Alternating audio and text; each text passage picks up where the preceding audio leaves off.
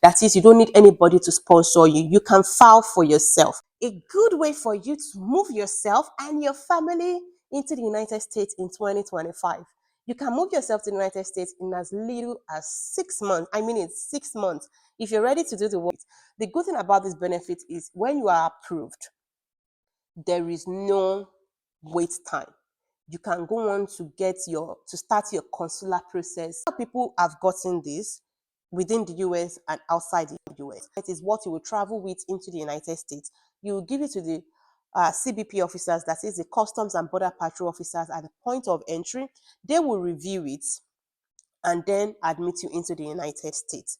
Hello, how are you doing today? Trust that you're doing great. Welcome to another video on my channel. If this is not your first time, and if this is your first time, you're welcome to FFTL Inspired. On here we share information to help you move abroad wherever it is you want to go. Do stick around and you have some information soon. In today's video, I'm going to be sharing with you a good way for you to move yourself and your family into the United States in 2025. You can move yourself to the United States in as little as 6 months. I mean, it's 6 months. If you're ready to do the work, I'm here to guide you. So stick around, watch this video to the very end to learn all of the information to help you get started. Before we go into the video, I want to appeal to you to please subscribe to the channel, turn on your notification bell so that every time I share a new video or update, you'll be the first to know, and that way you can plug in as soon as possible. All right, don't forget to like this video as well. By liking this video, you're supporting me, you helping me to know that you like this video and you want me to do more videos like this. You're also telling the algorithm to push out this video to more people, because what sharing is caring. You don't want to have all of this information to yourself. All right, without further ado, how can you come into the United States in as little as 6 months? I mean, 1, 2, 3, 4, 5, 6 months. You're in the United States. Yeah, it all begins with you, but it requires you to do the work. As you know, in life, nothing good comes easy, especially something of this nature. What are we talking about? What is this thing of nature that we're talking about? Anyway, maybe not nature, but man-made, whatever. But what we're talking about is the EB1A process. EB1A is a way for you to come into the United States as a permanent resident with your family. And you know, coming into the United States as a permanent resident affords you the opportunity to live anywhere in the United States. You can move in and out of the United States as you like. In as little as 5 years, you get to become a citizen if you desire. You can decide to work, you can decide to own a business, and you can decide to not even work, just enjoy your life. Whatever it is you want to do, you have that benefit as a full permanent resident. And you get that when you come into the United States through this route. That is, you don't need anybody to sponsor you. You can file for yourself. Usually, to get a green card in the United States, people will go through the family route, probably marry a citizen, or file for their children, file for their parents.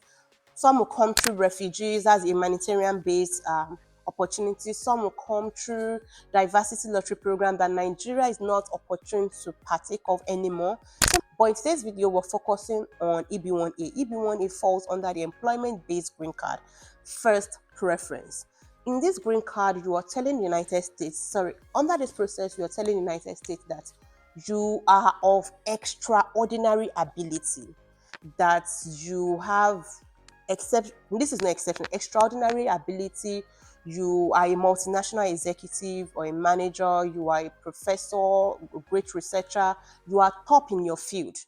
We'll look at all of these things, how to meet all those criteria, how to demonstrate all of these qualities as we go on in this video. But people that are able to come under this category usually would have those minimum requirements. They will be able to prove that they are of extraordinary ability, they are multinational executive, or they are multinational executives or managers, or they are professors or researchers, those things for them to enjoy this benefit.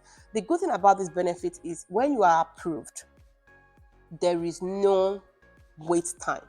You can go on to start your consular process ASAP. So I'm going to tell you this process, then we'll come back to demonstrate how you can meet all of those criteria. So the first step in this process will be for you to fill your Form I-140 and submit it along with strong evidences to prove that you are of extraordinary ability. or you are an outstanding professor, or you are a multinational executive. So submitting your I-140, you have to attach your petition to it. In your statement of petition is where you would prove and demonstrate things that you have done that makes you of extraordinary ability. Honestly, a lot of people have gotten this within the US and outside the US. What sets you apart for EB1A is extraordinary ability. The good thing, like I mentioned about this, is that there is no wait time. So as soon as you get your approval, you can start your consular process. So let's say after you've submitted your petition along with your Form I-140 and your evidences, you get approved. You will then wait for the USCIS will inform your National Visa Center of the country where you have indicated that you want to conduct your visa process. You get an A number. This A number is your alien number with which you will fill your visa application and go for and begin your consular process. So the good thing about this EB1, like I mentioned, is that there is no wait time. So because there is no wait time, you can always have your visa date. For other processes like the NIW, there is usually a wait time. Some wait time are as much as 1 year, meaning that even after you've gotten approval, you can't go on to the next step until after 1 year, because cases are still being treated. Your case has not been called. You don't have a visa number yet. But with an EB1 here, you have a visa number. You can start your consular process. That is outside, if you're outside the US. For people within the US, you will do an adjustment of status. Because you're outside the US, you are going to do a consular process like every immigrant would, because now you are coming into the US as an immigrant. So you would start your process, and at that point, if you have dependents you want to include, say you want to come with your family members, you will include them in your visa process. You will pay their visa fees. All of them will attend interview with you. You will do your medical exams. All of them that you're including on your application will do their medical exams. Once you do all of that, you attend your interviews, you get your visa stamped on your passport, you would have to pay an immigrant fee. This immigrant fee, you can pay it before you leave before you leave your home country, or when you get into the United States. However, it is recommended you pay it before you leave your home country, because this fee is what is going to be used to process your green card. And if you want to get your green card ASAP as you get into the United States, it is recommended you pay it. Otherwise, there's just going to be a delay when you come into the United States. So at the time when you go back to get your visas stamped on your passport, you will also receive your visa packet. This visa packet is what you will travel with into the United States. You will give it to the CBP officers, that is the Customs and Border Patrol officers, at the point of entry. They will review it and then admit you into the United States. So when you come into the United States, within 90 days, you get your green card. As simple as that. You get a green card. And with that, you can work, you can start a business, you can travel, you can buy houses, you can do anything that it is you want to do. And you can wait for 5 years to get your green card. That is the entire process summary of going through an EB1A. As simple as that. But let's look at it. Is it everybody that can, come under EB1A?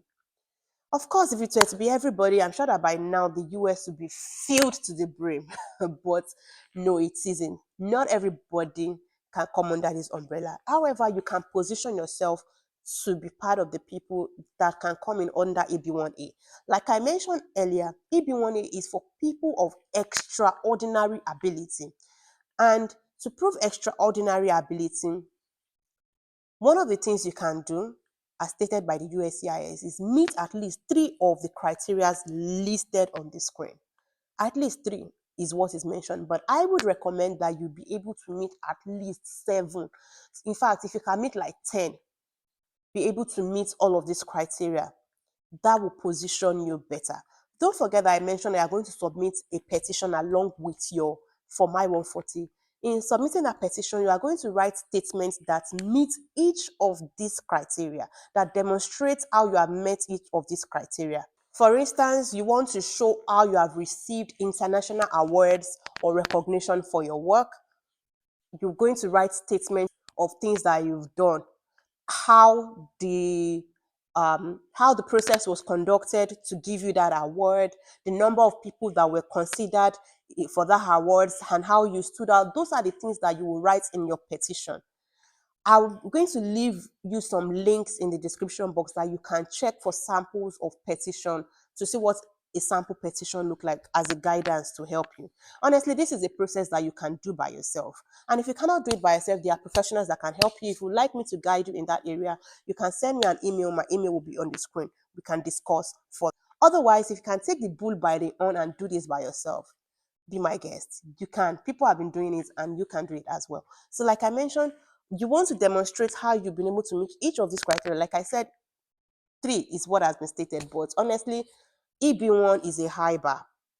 It is the bar for EB1 is higher than NIW. Not so many people, a lot of people prefer to play safe at NIW level. But if you can give it a try. The worst that could happen is that you get denied. Then you could probably try NIW. But I understand that the cost implication is a deterrent to so many people because you don't want to pay that so much money and then you end up being denied. Nobody wants to waste their money. But if you feel like you want to do NIW, we could talk about NIW in another video. And I actually have a video already on it.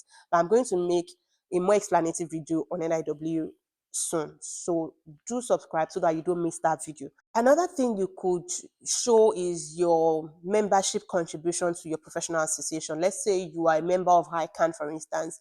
You could demonstrate how you've helped to advance the agenda of ICANN. If you are probably a financial secretary in the organization, things that you've done.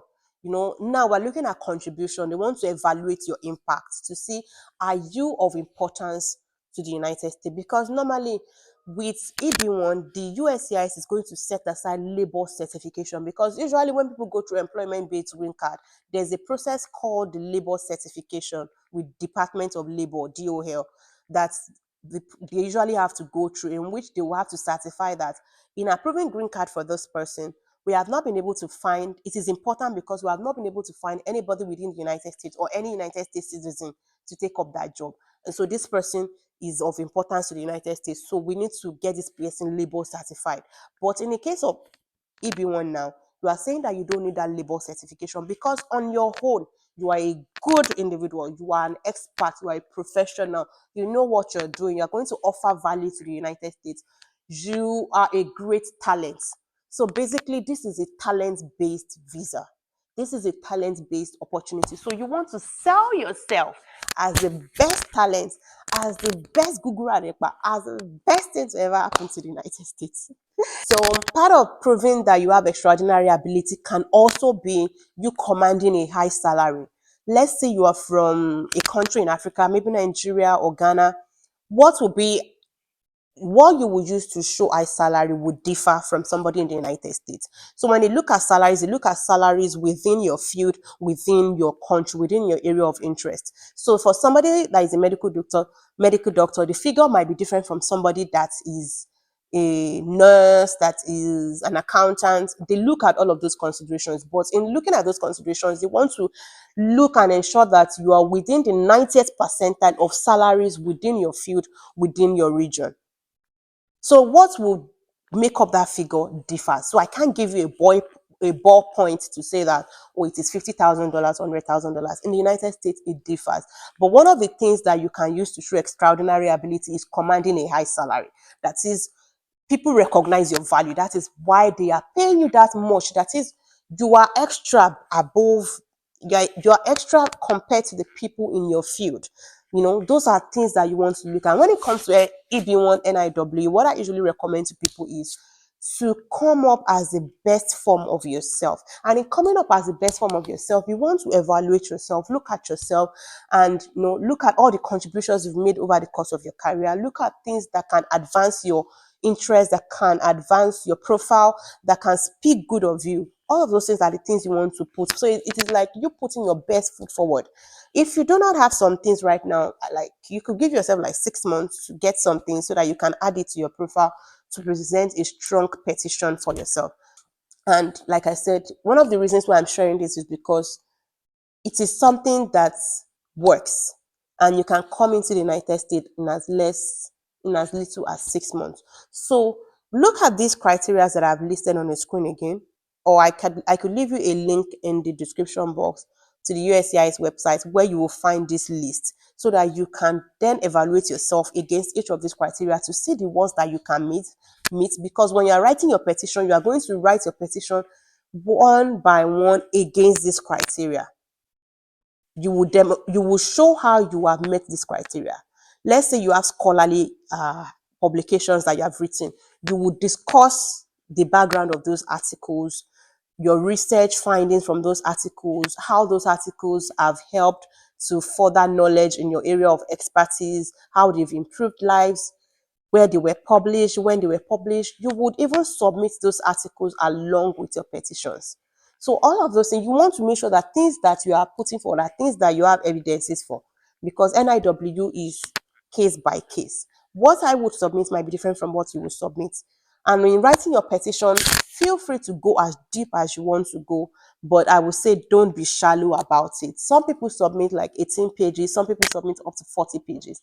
It differs. It doesn't mean that the person that is submitting 18 pages will not be approved, but I would say that in writing 10 pages or 18 pages, make sure that your basis, your points are strong points. Yes. So with all of that being said, what are the cost implications in applying for EB1? In EB1, the first thing you will pay for is the form I-140, which is around $715 if I'm correct. I'm going to leave you the cost breakdown on the screen. This cost breakdown is as at now. It can change. So I don't know what year you'll be watching this video or if it is now, but they are as at now. And if you do decide that for your EB1, you want to have it processed ASAP, there's something called premium processing. Premium processing shortens your wait time.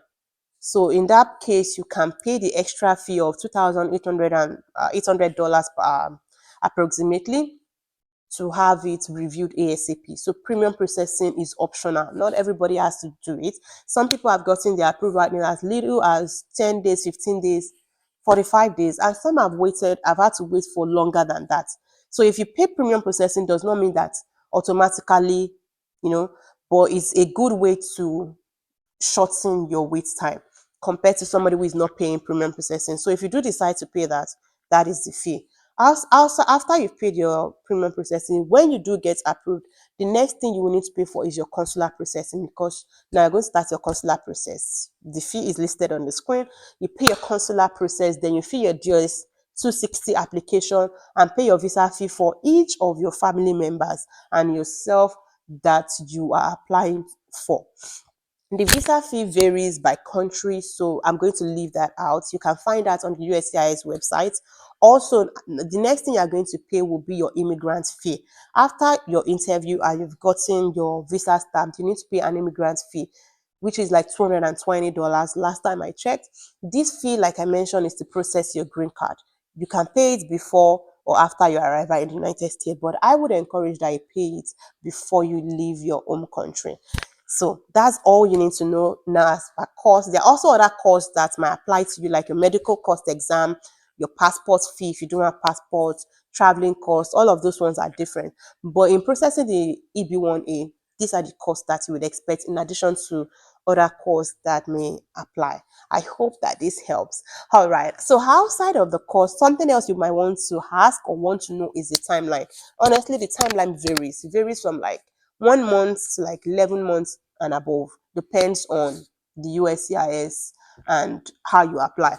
But I could encourage you to put together your application in like 8 to 10 weeks if you want to. If you're interested, you can send me an email below. I'll guide you on what to do. If you're interested in weekly guidance, and if you're interested in having somebody help with your application, do send me an email. My email will be on the screen to help you.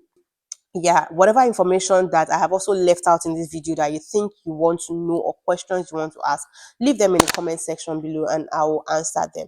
So this is all that you need to know. There's so much more actually, but this is a summary of what you need to know about the EB1A process in coming to the United States.